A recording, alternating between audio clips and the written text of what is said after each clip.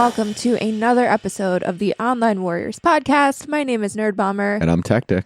And we are coming at you a few weeks now after Halloween. And let me tell you, we have a ton of candy left. And so, Techtic, I have to ask you, and I'm going to need you to rate, of all of the leftover candy that we have. You know, we tend to warm up before the podcast with a bunch of little snacks. And right now in front of him, he has some trolleys, some sour gummy worms. It's a stupid amount, but it's a stupid amount. It was a long day, and I needed some sugar to get me going through the episode and such. He's got a few packets of the Nerds gummy clusters, but we also, in this house, we have things like Laffy Taffies, we have standard Nerds without the gummy, we have, you know, your M&Ms, peanut M&Ms, there's some Skittles flying about, Snickers, what have you. So right now, like I said, we're looking at 3 bags of Nerds gummy clusters and trolleys. What was your thought process, and are those your favorite candies that we have left? So the Nerds gummy clusters are top tier. That's what we call That's S your favorite? tier. That's elite? It is elite. It depends what I'm doing as far as going into that candy. If we're about to go for a walk, like a post-work day walk or something. M&Ms? Yeah, I kind of want like a piece of chocolate, something that's not like sugar high. It's more of like a sweet, like it's got sweetness, but it's not like punch you in the face sweet. I'd like a chocolate, but late in the evening, about to do a podcast, gonna then edit post podcast. I want straight up sugar high, and then I'm gonna speed run it and then crash. Okay, I get that. But would you say in general though, say you're not going for a walk, you're not speed running a podcast, what are you eating? Which of those are you picking? The gummy clusters. I mean, I used to like the worms, the gummy worms before a show. Are you kind of cooling off on those? I think they're a little more harsh. I'm moving away from sour. I don't like getting punched in the face as much as I get older. See, I actually really like sour stuff, and I was really bummed.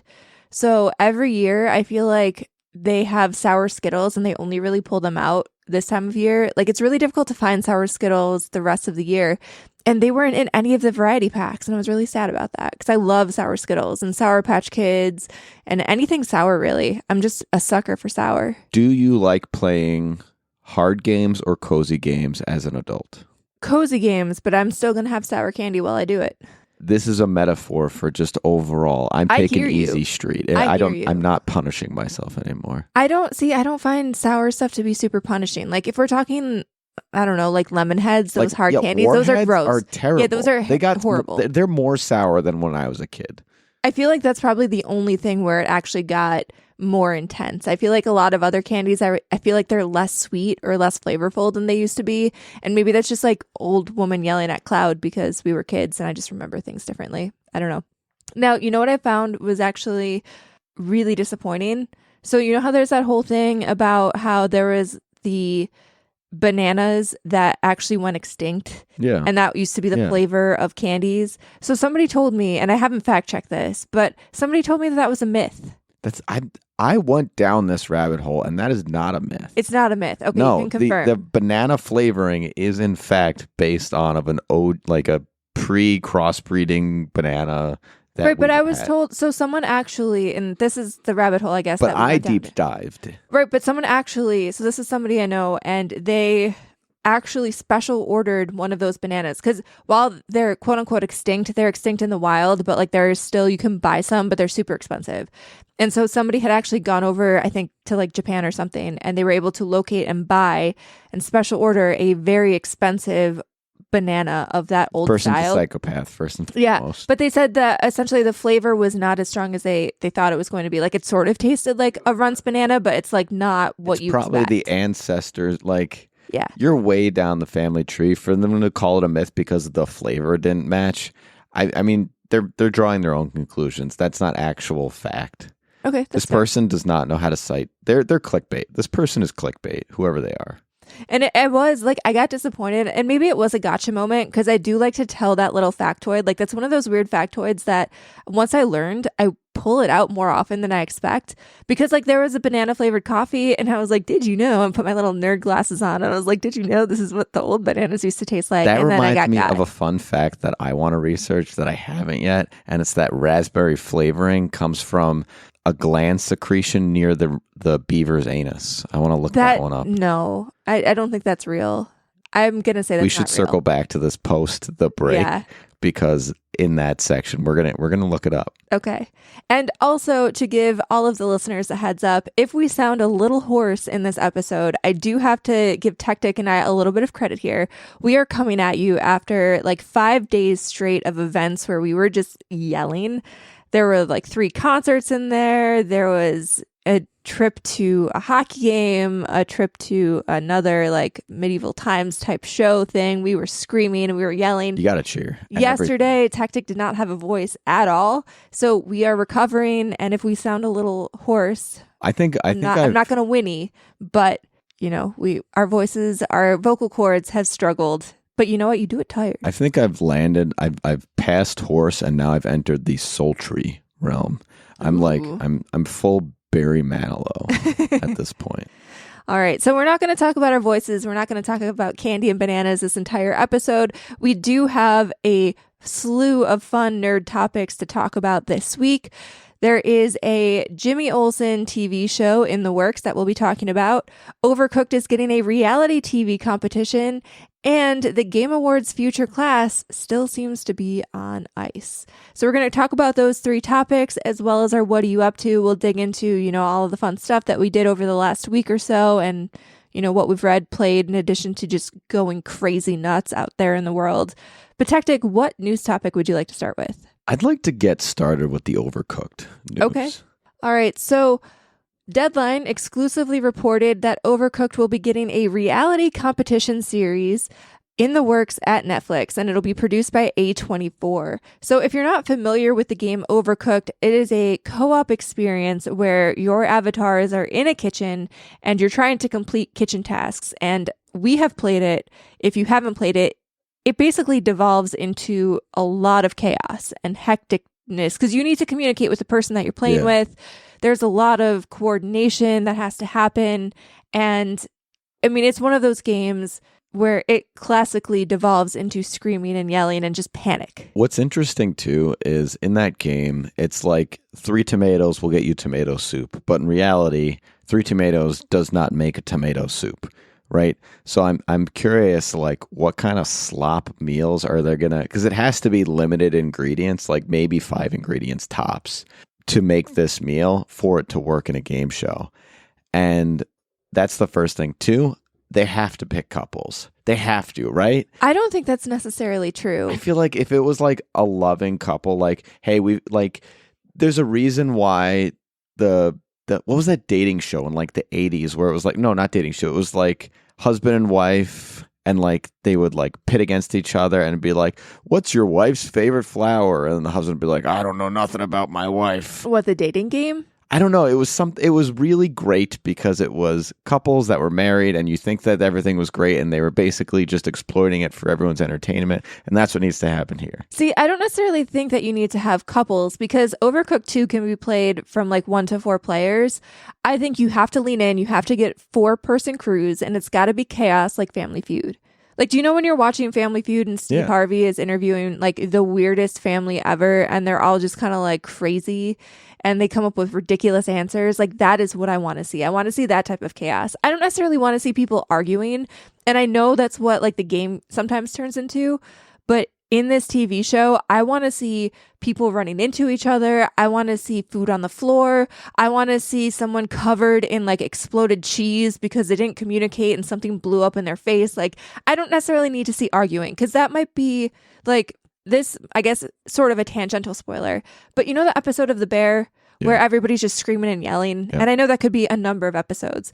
But like sometimes, I'm sorry, that stresses me out. Like watching The Bear was a feat because I was stressed watching yelling. What's interesting about, say, a normal like chef kitchen versus like an overcooked kitchen is the overcooked kitchen, what makes it so chaotic is it's dynamic. Like you can have countertops that in mid episode or mid service just move and it changes the dynamic and the layout of the floor space to add additional chaos.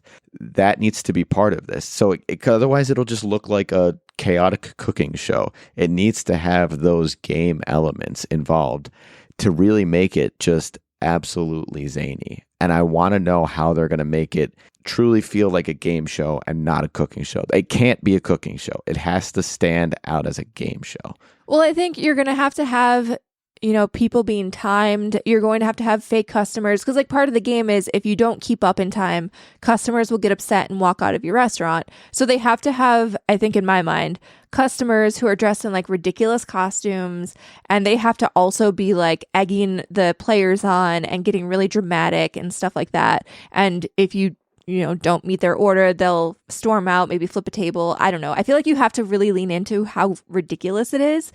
And I'm really curious because I feel like Netflix is good for reality TV shows like Love is Blind and like dating stuff like that, like social experiment type shows. But I feel like Netflix is a weird landing place for this specifically.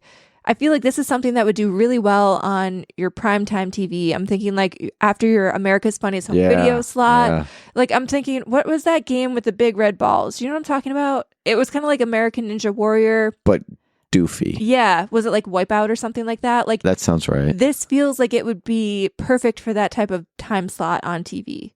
And so I'm curious to see how this will do on Netflix, just because like when I think of something like this, I'm scrolling through TV channels and I land on it because I don't know what I want to watch. Yeah, but let me ask you a question. Do you actually scroll through TV channels or do you scroll through Netflix? I don't. I go into streaming stuff like Netflix or Hulu and I have an idea of what I want to watch. Like when it's TV, I know kind of what I want to watch. But when I'm at my parents' house, for example, and they still have cable and that's primarily how they watch TV, we are like after dinner, we're flicking through channels looking for something to watch. And I would land on this. That's how.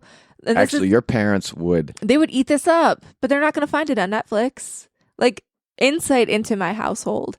I feel like every time we are at my parents' house, after some kind of holiday dinner, somehow, some way, America's Funniest Home Videos ends up on TV. Can I give you a homework assignment? Yeah, absolutely. You introduce our nephew to this show, okay? And then next thing you know, all 8 seasons will be constantly running at your parents' house. It'll be great.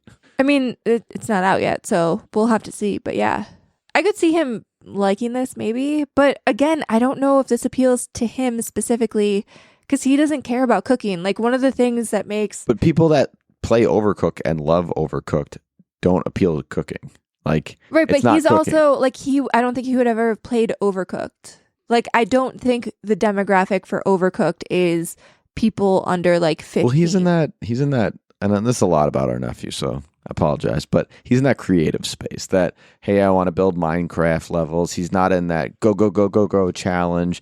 He needs to be introduced to a Wario World type game. Mm-hmm. But I think everyone should be introduced to those. These challenge games are fun. They are dopamine, fast, and hard. But I will say you do need something like, I know you can technically play Overcooked by yourself, but I think where the game really shines is playing it in co-op or in like a party atmosphere when you have multiple people.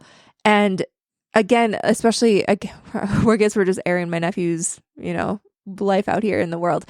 But like he's an only child and I don't think anybody would play this with him. You know what I mean? Yeah. Like there's no other gamers in the house for him to you're a lame aunt is what I heard. What? I heard you're a lame aunt because you don't want to play it. But I just don't think, too, he would be interested in this.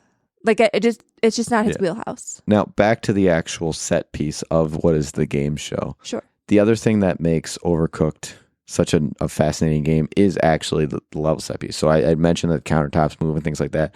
One that comes to mind right now is like you're on a ship, you're cooking on a ship, and it's rocking back and forth, and that's what's moving your countertops.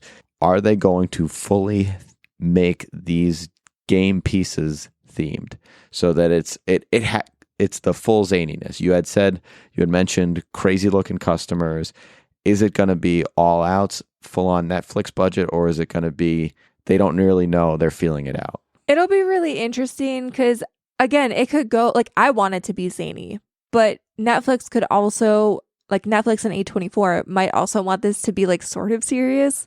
Like they could lean into it just being like a cooking show with the IP Overcooked over. Yeah, which I don't know if I would love. But like in my perfect world and what I would see, is, yeah, so you start off like you kind of have levels because it's got to be a competition as well. So you have to have multiple teams going at the same time, like multiple kitchens facing off against each other. So you start off in like a contained studio setting and see how it goes and just make the kitchen layout really, really inconvenient, right? And that's how you kind of get the zaniness. And you have to have like instructions, like partial instructions given to all four people so that it encourages the yelling. But then as you move forward, then maybe you are on a boat or something. Like you keep getting put in like ridiculous places and see which teams and cooks move on and on and on. And then eventually it'll be like the last team standing. Okay. I would put someone on a boat though. Like I would put them on a sailboat and I would not make like, it would not be rigged at all. I would put them on like a crazy sailboat in the middle of waves, sign a waiver, and just see what they can do. You're chopping with a knife and something's moving around. Yeah, I guess that's there could be some liability issues. But maybe you make them then like they do recipes that don't require knives or something, because there's plenty of things you can cook without needing knives. Like I don't know. I feel like you could find a way to do it. Maybe. We'll see. I'm curious about the legal side of it now, more of everything. So let us know what you think. Let us know if you guys will watch the Overcooked game show. And let us know if you think someone's going to get accidentally stabbed, because this is probably my number one concern now. Well, I mean, I really do think, though, I mean, you look at games like Fear Factor and... They don't have knives. No, but they have them do some like pretty crazy stuff. And even like Survivor, they're out there in the wild. Like, don't people get stung by scorpions and stuff? I think everything is covered by making people sign a waiver, which is horrible. Fair. But also for my entertainment, like, I'm going to watch it, sign a waiver, give it to me. All right. You know what you're signing up for. That's horrible. But like, you kind of know what you're signing up for. Sounds like we should sign up. I don't want to, because I don't even like cooking in my stable, static home kitchen. I don't think I would want to do it with people screaming at me in a moving set. Like, it would not be fun. I would never yell at you, for what it's worth. Sure. We'd see. Once the heat is on, pun fully intended. Once the heat is on, I don't know. So what topic would you like to cover next, Techtic? Let's do the future class. All right. And for those of you, so we kind of have this new dynamic. If you didn't listen to last week's episode, we have boom mics for the second time now in the history of our podcast, and we're like looking at each other, and it's just a different dynamic. So I feel like I have to like engage you and pull you into all of these decisions where normally I just keep trucking. So here we are. Okay, so about the Future Games class. So if you're not familiar with what that is, at the Game Awards, the Future Games class was basically a collection of creators and developers and people in the video game space that were being held up and showcased as the future of gaming. And it was a great way for those creators, especially early in their career, to get more exposure, to show people different things that they were doing in the gaming space, and just kind of promote awesome new creators. And honestly, things like the future class has completely dropped off in the last few years. It has not really existed. There have been no new future class members, and even former future class honorees have come out and said that they kind of feel neglected, that, you know, they really haven't gotten the support or highlighting or networking that they were kind of promised when they were chosen in these future class previous classes.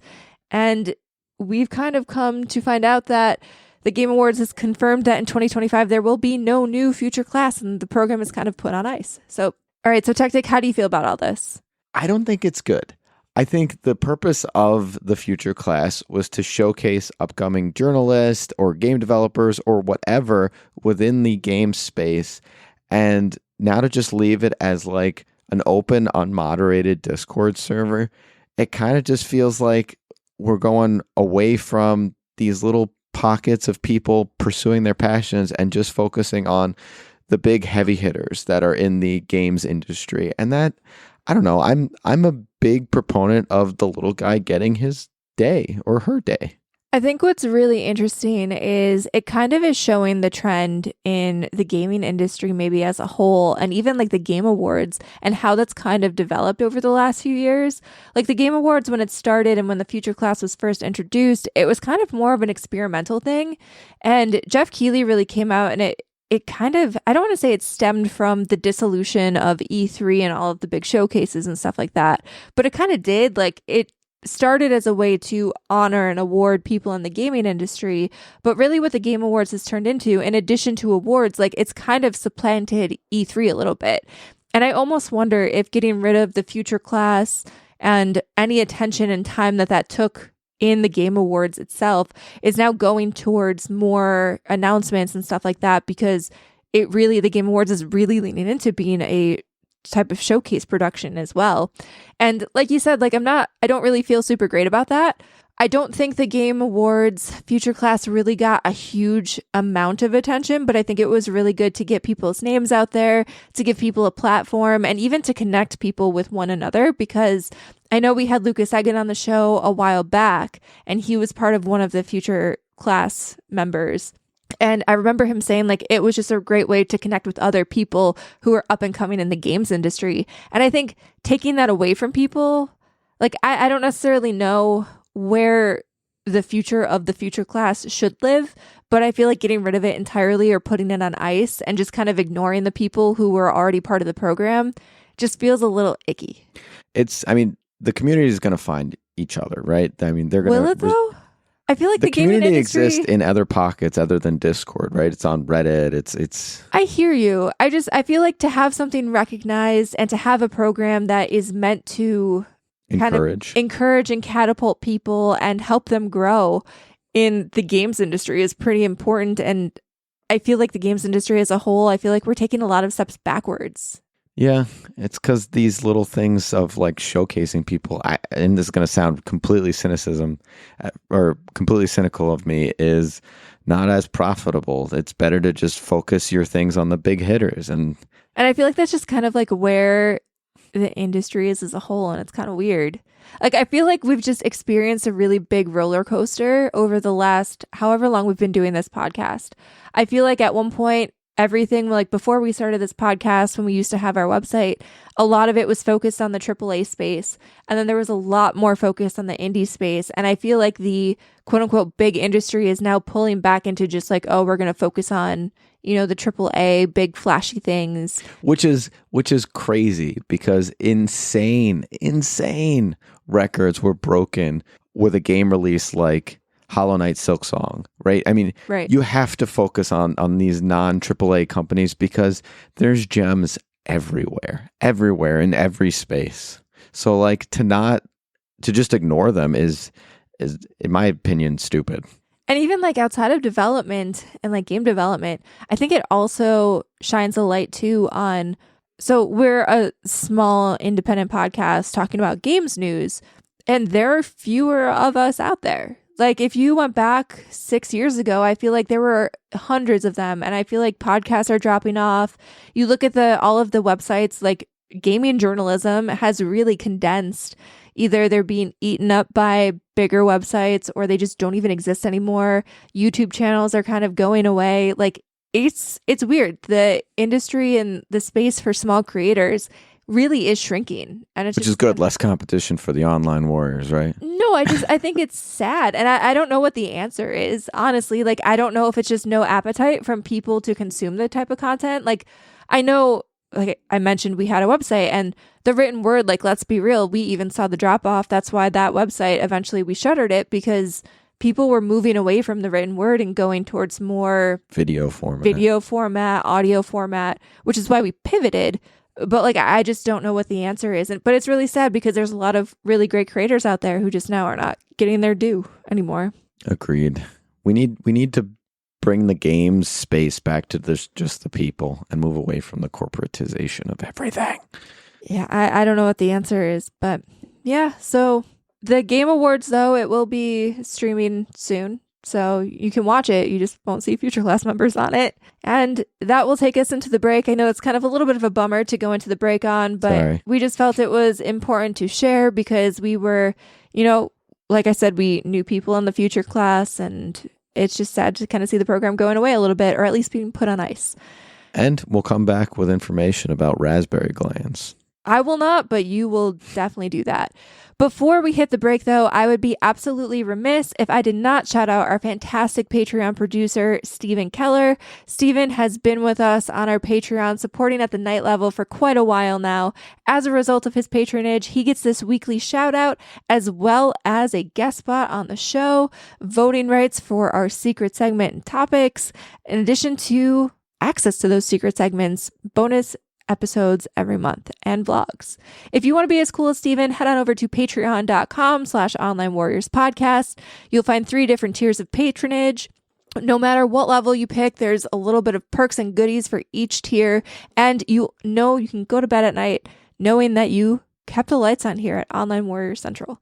Once again, thank you to Steven. And now we're going to hit the break and we'll come back at you, our voices soothed, with the next news topic. Online Warrior podcast listeners, I want to take a few seconds of your time just to promote Xbox Tavern's podcast. It's an Xbox-centric podcast with news, reviews, as well as the 5 of us talking about all things Xbox. We're from the UK, would love to get in your ears. Search Xbox Tavern on your best podcast app. And you can also head over to xboxtavern.com where we've got our latest reviews as well as some opinion pieces. Go check it out. Now, back to the show. And we are back. But first and foremost, the beaver gland raspberries was confirmed, but it's very rarely used. It's only about 300 pounds per year, whereas it's synthetically made on the order of 2.6 million pounds. So, do you have more information though? Like, why not just use raspberries? Like, do you know why they use it? It's artificial flavoring. Okay, but you know what's not artificial? Beaver Probably glands. Preservatives. I don't know. It doesn't expire, but it is confirmed that you can get some good stuff. Do we know what uses it? Like, can I avoid it? I'm gonna very, need you to very specific vanilla extracts. Okay, I'm gonna need you to do a deep dive because I know we have vanilla extract. I'm gonna need you to do a deep Not dive. Ours. Ours is the cheap shit. Okay, good. And the second thing that I want to talk about is our third and final news topic. So, Nerdbomber had mentioned that it's something about Jimmy Olsen. Well, he's getting a TV spinoff starring him as the reporter, and it's going to be focused on Gorilla Grodd, which is really, really interesting to me because if you've watched The Flash or know anything about Barry Allen, Gorilla Grodd is sort of one of his main villains.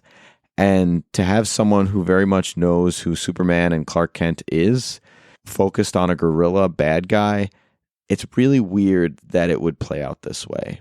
Do you think this is going to be like a soft launch of The Flash? Like, do you think this is going to be how they bring The Flash into the DC extended universe? I do, but I think it's going to be... I wonder if it's like a different time. Like, it's like a prequel to him going to Metropolis and like understanding... Because that would make sense. Then he'd be like, oh, I have this gorilla thing. I don't know what to do. I almost wonder, so I'm a huge Flash fan, and I'm going to maybe just admit my age and that I'm going senile, and I can't remember the origin story of Gorilla Grodd. And I'm going to put you on the spot a little bit, but where Gorilla Grodd, he started as like an experiment, correct? Like he's not like some like magical mystical gorilla. He was like a gorilla experiment. So I wonder if this is going to be like the origin story of Gorilla Grodd, where he like escapes. If you do the CWs, he was an experiment coupled with the meta human explosion that happened, right? Which kind of enhanced that. So if you assume the CW one, that would be his origin story. And do you know the comic book version at all? I don't remember. I actually and the sad part about I thought it was pure lab experiment. Okay, so like I could see, because Jimmy Olsen is a reporter, right? I could see maybe this is going to be like the origin story of Gorilla Grodd. So this TV show will be Jimmy Olsen following like, oh my God, there was a lab, escape of all of these lab animals, and now I have there's this gorilla on the loose and we don't know anything about it, and then he's digging in, and it's it ultimately isn't like an interaction with a villain, but rather the build up to the origin story of the villain. And then it sort of gives like a softball entrance to a Flash movie with Gorilla Grodd, because then you've spent like a season arc, I guess, building up where Gorilla Grodd came from. But my problem with all of these like interconnected worlds and this is what the Marvel universe did, and I hated it. Well, one, you'll already have movie, TV show first and foremost, right? Two, in a world where you have Superman, why is Flash fighting alone? It's always going to be now a team up. But wasn't it always kind of that way? Like, even, let's be real, you go to the comics, you go to... I mean, even the CW became this team up bullshit all the time. I hear you, but like, In an ideal world, Superman should not be handling everything. Like, if I'm Superman and I'm like, oh, there's just a smart gorilla on the loose. Okay, one of you minions, one of you lesser superheroes, you got this, right? Like, I'm Superman. I shouldn't be doing this. But then there's no stakes, right? If ever the Flash is in absolute peril, he's getting the snot kicked out of him. I mean, isn't that Superman can help, right? Isn't that the problem with all of these universes, both Marvel and DC? Like, going to the comics, going to the TV shows, going to the movies, like even in the source material, as soon as you have a ultra powerful superhero, whether that's, you know, Superman or like Captain America, once you have these ultra powerful people, or Captain Marvel even, like, you're cooked. Yes. You're cooked. That's why I hate that right off the bat. Right off the bat. They started with Superman? I mean, even with Superman, it was like, oh, and here's Green Lantern. Right off the bat. Yeah, but I think that showed, though, that Superman couldn't be in all places at once. So that's why you needed these lesser heroes. And I say lesser tongue-in-cheek because they're not. But, like, he was not around. So that's why you had, like, Hawkgirl and Green Lantern taking care of business on the ground. Then they need to do what they did with Captain Marvel, right? In the Infinity War, where it's like, oh, she's in space somewhere else. Well, I feel like that's super easy, though. You just throw out a single one-liner and be like, oh, yeah, he's doing XYZ, and that'll lead into the next Superman movie. But then they need to establish that at the bare minimum. And that's the thing that always gets me nervous. And even people were like, man, if they just had Captain Marvel, they would have just been done with this way sooner, right? Oh, yeah. Which, again, crazy. You have a world-level threat, and you have someone who can just be done. I don't know how it can't be prioritized, but that is my concern with this. They're right off the bat interconnecting things. But I do same feel characters. Like, so if I'm the Flash now and I'm trying to prove myself to Superman. Sorry, I'm playing some devil's advocate here. Do it. That's why we're here. So I'm the Flash and I'm a brand new superhero on the scene. And Superman's like, hey, dude, you got this gorilla guy? And I'm like, yeah, bet. I'm trying to prove myself. I'm not going to call him Superman.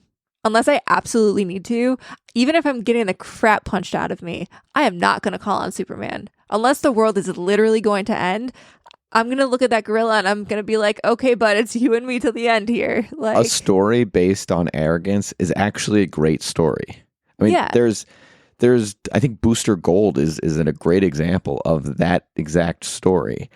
I'm fine with that, but that's my point. Is it's critical how they execute this, and you're not proving me wrong. No, but like I feel like that's such a nitpicky thing, because once they make a Superman movie, like you can't be like, okay, then we can never have another Superman or superhero movie in this entire universe because Superman exists. Like, you're just, let's be real, the profit machine is not going to think that's a solid enough answer to not make a Flash movie or a Batman movie or what have you. That's not what I'm saying. Is they're literally pulling Jimmy Olsen as part of the story. I hear you, but I think it's one of those things where, in my opinion, I honestly think that where this spinoff is coming from, and maybe I'm wrong here, but Skylar Gisondo is a phenomenal comedy actor. And we've seen him in a lot of other things. Like Santa Clarita Diet was a really good one, where that one was the show with Drew Barrymore, where she's a zombie on Netflix. Yeah. And that got cut short, in my opinion. I think it deserved another season.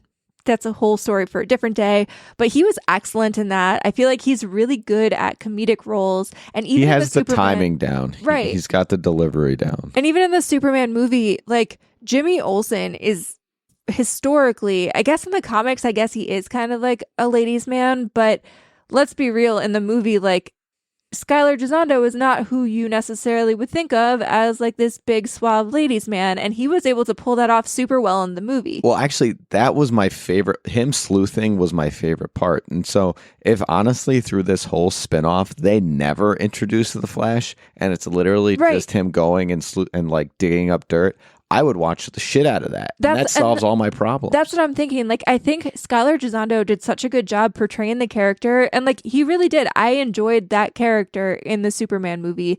And going in, I was just like, oh, what a waste of a good actor, because who the hell cares about Jimmy Olsen? And like, I like Jimmy Olsen by the end of the movie. So I think this is kind of probably, in my opinion, more of a spinoff to showcase Skylar Gisondo in that role and do more of that, do more investigative journalism, do a little bit more comedy. I don't think it's going to be a superhero show per se. I think it's just that bridge to introduce Gorilla Grodd. Like, you have to tie it in somehow, because I don't think you could sell people on watching a spin-off show that has no payoff. So I think this is how you build that payoff, because people know, oh, okay, this is going to lead to the Flash eventually, and then just showcase this character and actor. That said, is this a day one watch? I would probably watch it. And again, I think part of it has to do with Skylar Gisondo, just because I like him as an actor, and I thought he did the role really well, and I would like to see more of that investigative journalism. And honestly, so like She-Hulk, people were kind of really down on that show, but I enjoyed it. If they had made that show just superhero law, I enjoyed the heck out of that. So if they just make this show superhero investigative journalism, I'm down for that. I'm so down, and I will watch it. So we don't know when this is coming, but we know it's in the works.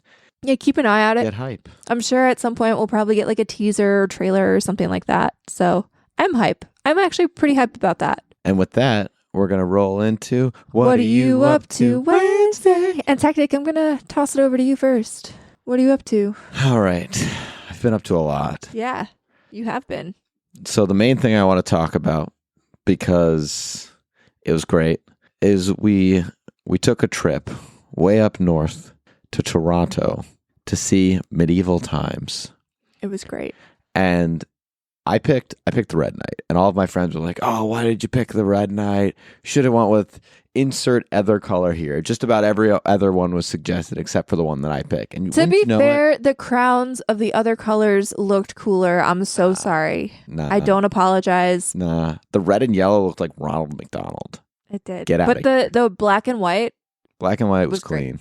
But my knight won. And it was at that point where I lost my voice. I was screaming so loud. People were like, "Man, get that guy out of here." It was obnoxiously loud. I will say, I expected it to be fun. I did not expect it to be so intense. So, there's a lot of pageantry. They had like a falcon flying around, which you almost got in trouble because you tried to put your arm up, and they were like, "You put your arm down." Which I mean, like, like, land on you. Like fair. But then they lowered these nets when it got to like the jousting part of the show. And I guess like wood shrapnel. I've been to the Ren Fair, but yeah, I guess I just didn't expect there to be wood shrapnel. Like I thought it was going to be a little bit more pageantry and not like real. But dude, there was wood shrapnel. These guys were falling off of their horses. They were doing tumbles and rolls. And even like their weapons when they were fighting, like sparks. Yeah, sparks. It was like real metal weapons. It was crazy. It was so intense. And you get like a full dinner, like 10 out of 10. If you haven't been to Medieval Times, go to Medieval Times. So I will say, I'm going to rank the dinner real quick. So if you haven't been to Medieval Times, you get like a 3-course meal, and you don't get any silverware. Like you're basically like going back in time. You don't get any silverware. So they start you off with tomato soup and garlic bread, which was actually better than I expected. I typically don't like tomato soup, but it was good. And then they gave you a full half a chicken, which was extremely moist and juicy. The potato was a little like you liked the potato. I thought the potato was a little too salty for me, but they gave you a potato and corn. And the corn was great as well. It was so good. The dessert was just okay. It was like an eclair and coffee. Yeah. A frozen eclair, which was like fine, but the coffee was good. But yeah, I was impressed though. The chicken was great. Yeah, like I said, 10 out of 10. If you haven't been in Medieval Times, take a trip, go somewhere. I mean, they're located all over the place. Yeah. Find your Medieval Times and just have an evening. Do it. You're gonna have a good time. If you're a nerd like we are, I feel like you'll probably appreciate it. And then that's the main thing I wanted to make mention of. I'm gonna kick the rest over to you because I'll probably have talking points. All right, so outside of our travels and our concerts and what have you, we have been watching a decent amount of TV. And one of the shows that kind of took me by surprise, and we ended up actually binging this right before our trip. It was like the night before. We probably should have been packing. We ended up packing in the morning because we binged it in a day. We watched Chad Powers. Oh, this was so funny. So this is the new Hulu show. And I am blanking on his name. Who is the actor? Glenn Powell. Glenn Powell basically plays a college football star who... disgraced. Yeah, is disgraced, ends up just becoming a joke. Like he's on TMZ or something just because he turns into Halloween costumes after how much he loser becomes like football a player. Yeah, he's basically, his life is curved in such a way where he becomes a douchebag laughingstock. And he finds this ad, or maybe it's on SportsCenter. I don't really remember the details. Open tryout. But there's an open tryouts at a college, and his father is a prosthetics designer for like Michael Bay movies. So he steals his father's prosthetics, drives across the country, and basically changes his face so that he can try out for this team and become their starting quarterback. And in the process, like, he obviously can't be himself, so he creates this fake persona, Chad Powers, who he kind of builds up to be this guy from like this backwoods town where like nobody has TV. He's like, wolves are stealing people's children. He's just making up lie after lie, and it's getting crazier and crazier and just so freaking funny. And like, honestly, I did not expect this show to be good.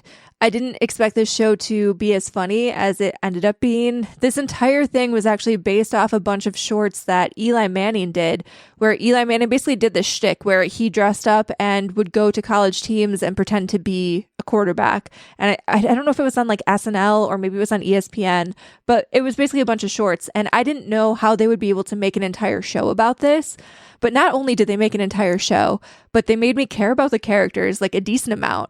It was really, really, really funny. Like, I laughed. There was a point in time where we actually had to pause the episode because Techtic couldn't stop laughing. And the crazy part is, I think it was only 6 episodes. The episodes are relatively short, like half-hour long episodes. And it kind of ended on a cliffhanger. And I was immediately like, I want season 2. Yeah. And like, it did get renewed, so there's going to be one. But I was like, man, I want this to be longer. I wish there was more of it. Yeah, I'm absolutely hyped for this.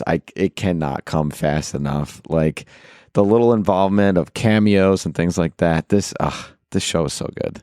I think the funniest part too was when I picked the show, because you wanted to watch The Boys, which we do have to catch up on. I will admit that. Invincible. But like, I was looking for something, knowing that we were leaving. I was like, I want something short that maybe like when we're settling down for the night or You're something. Like, a show I won't care about.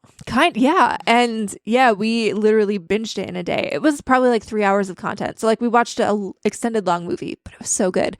So even if you don't like football, 10 out of 10 recommend. It's great. And Glenn Powell, I have to say, he can act. Yeah, he's also a really good comedy actor. He's such a good comedy actor. It's great. Anything But You, or whatever that movie with Sydney Sweeney in it, like, we learned that he can do comedy and have that witty humor. So I'm all in on Glenn Powell. Yeah, it's great. Loved it. So 10 out of 10 recommend. And then, like Techtic said, we did take a jaunt up to Toronto. We got to catch a hockey game, but we also got to see the Beaches in concert, which was a fantastic experience. And 10 out of 10 recommend. Their tour is actually coming to a close. I think they only have a few more tour dates left. And by the time you listen to this, probably won't be able to go to a tour. But it was their hometown tour. And since we were in Toronto, we were like, hey, let's hit it up. And it was fantastic. It was great. Absolutely. Yeah. So with that, we have come to the end of our episode. We appreciate you all being here. Thank you for dealing with our hoarse voices, our weird beaver facts, and all of the wonderful news that we've discussed for today. If you liked what you heard, tell your friends, leave a review on Apple Podcasts, go check out our Patreon. And until next week, when we hope to hear you back here, stay safe and keep on podcasting.